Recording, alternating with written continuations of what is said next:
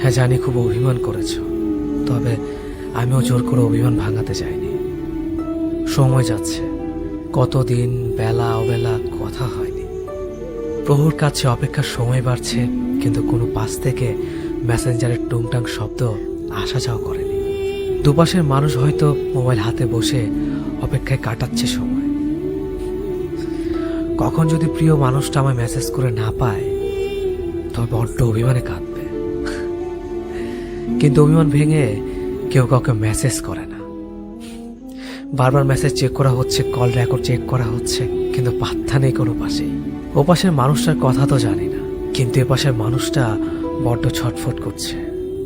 যদি সে অভিমান ভেঙে একটু মেসেজ দিত, তো জাপটে পড়ে তাকে মন উজাড় করে গত কয়েকদিনে দম আটকানো অনুভূতিগুলো তাকে জানাতাম।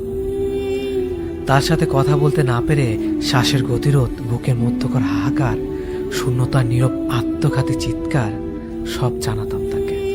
তার করা পূর্ণ মেসেজ পড়ে কখনো হো হো করে হেসে ওঠা, কখনো বা নীরবে কান্না লুকানো, সব বলতাম। শুনবে তো তুমি?